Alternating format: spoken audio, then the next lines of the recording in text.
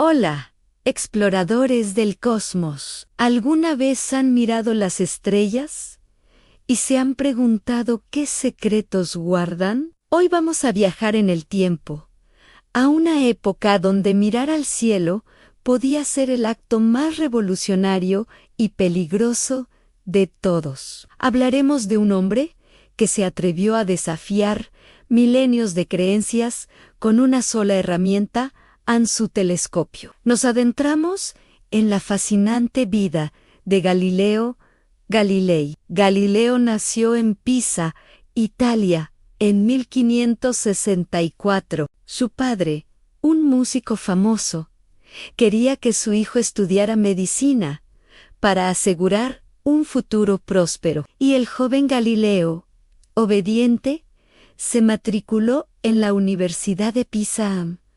Pero su corazón no estaba en curar cuerpos, sino en desentrañar los misterios del universo. Durante una misa en la catedral, se dice que se quedó hipnotizado por el balanceo de una lámpara de araña. Usando su propio pulso para medir el tiempo, descubrió que, sin importar cuán amplio fuera el balanceo, el tiempo que tardaba en ir y volver era siempre el mismo. Este fue el principio del péndulo, su primera gran intuición física. La medicina quedó olvidada. Las matemáticas y la física se convirtieron en su verdadera vocación. Pronto, Galileo se convirtió en profesor, primero en Pisa y luego en la prestigiosa Universidad de Padua.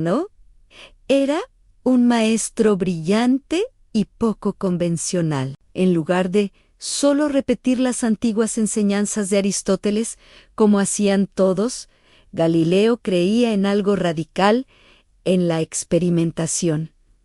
Quería ver las cosas por sí mismo, probarlas. La leyenda cuenta que subió a la torre inclinada de Pisa y dejó caer 2 esferas de diferente peso para demostrar que, en contra de lo que decía Aristóteles, ambas caían a la misma velocidad, aunque es probable que esta historia sea solo una leyenda. Captura perfectamente el espíritu de Galileo a "no me lo cuentes, muéstramelo", pero el verdadero punto de inflexión en su vida y en la historia de la ciencia llegó en 1609. A los oídos de Galileo llegaron rumores de un invento holandés, un tubo con lentes que hacía que los objetos lejanos parecieran cercanos, un anteojo. Intrigado, Galileo no esperó a que le llegara uno.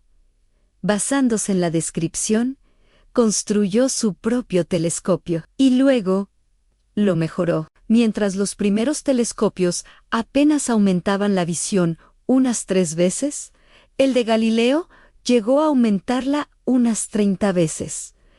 Era el telescopio más potente del mundo en ese momento. Y entonces hizo algo que nadie había pensado hacer de manera sistemática.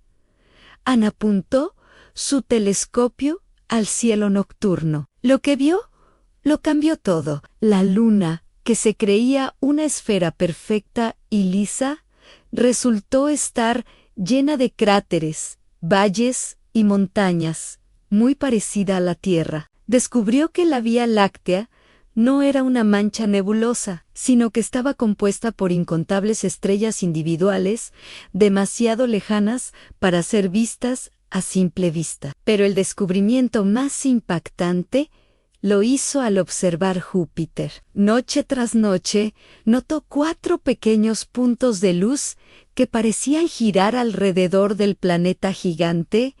Eran lunas. Las llamó las estrellas mediceas en honor a sus mecenas, la familia Medici. Este hallazgo fue una bomba. Demostraba, sin lugar a dudas, que no todo en el universo giraba alrededor de la Tierra. Existían otros centros de movimiento. Estos descubrimientos eran una prueba contundente a favor de una teoría que había sido propuesta décadas antes por un astrónomo polaco llamado Nicolás Copérnico. La teoría heliocéntrica, que afirmaba que era la Tierra, y no el Sol, la que se movía girando alrededor de nuestra estrella junto con los demás planetas. En la época de Galileo, la idea dominante, respaldada por la Iglesia y por el sentido común,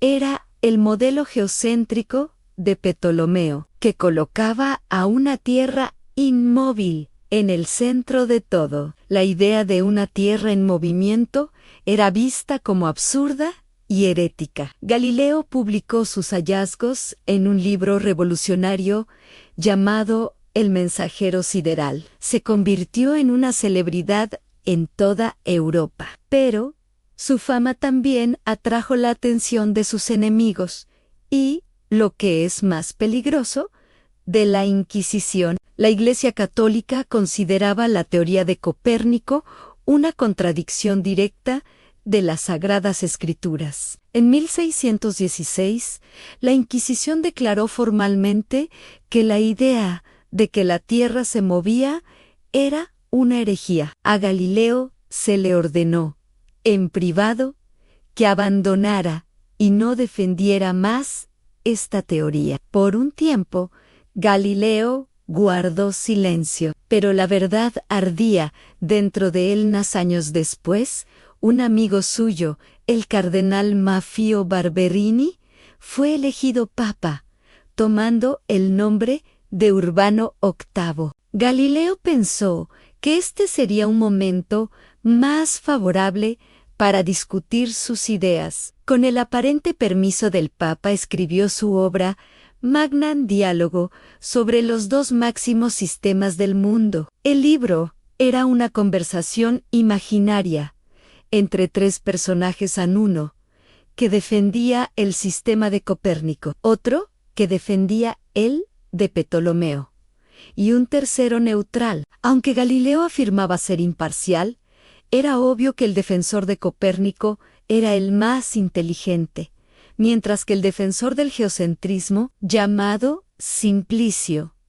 quedaba a menudo en ridículo. Para empeorar las cosas, el Papa Urbano VIII creyó que el personaje de Simplicio era una caricatura de él mismo. La reacción fue fulminante. Galileo, ya un hombre anciano y enfermo, fue convocado a Roma para enfrentarse a un juicio por herejía ante la Santa Inquisición. Bajo amenaza de tortura, fue forzado a arrodillarse y a abjurar, maldecir y detestar sus errores. Tuvo que declarar públicamente que la Tierra no se movía. La famosa frase que se le atribuye, «Eper si mueve», o «y sin embargo», se mueve, susurrada después de su retractación, es probablemente apócrifa, pero resume a la perfección su convicción inquebrantable. Galileo fue condenado